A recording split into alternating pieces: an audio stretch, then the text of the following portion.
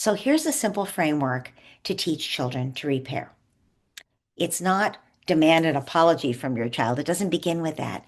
It begins with our reconnection to our child. So step one is our connection, understanding, empathy for the child who did the thing that needs to be repaired. The second thing, after we've helped the child with their feelings, with our empathy, is we help the child reflect on what happened, including what the effect was on the other person.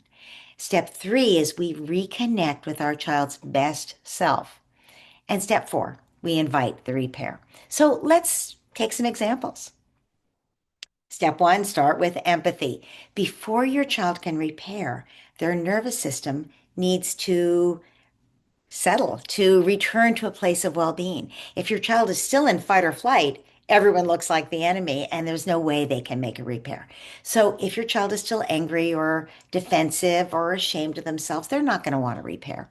And if you push them, they're just going to dig in deeper. So we always start with connection. We start with empathy and understanding. We might say, you were really upset before. That was a hard moment. That was really frustrating with your brother or your sister or with me. You were so mad at me. When children feel understood, when humans feel understood, their nervous system begins to calm down. There's no threat any longer. And that's when growth and change and connection become possible. When we're in a state of protection and the nervous system is dysregulated, we don't have compassion. We don't have access to our thinking brain. The prefrontal cortex is offline because it's an emergency. We're ready to fight.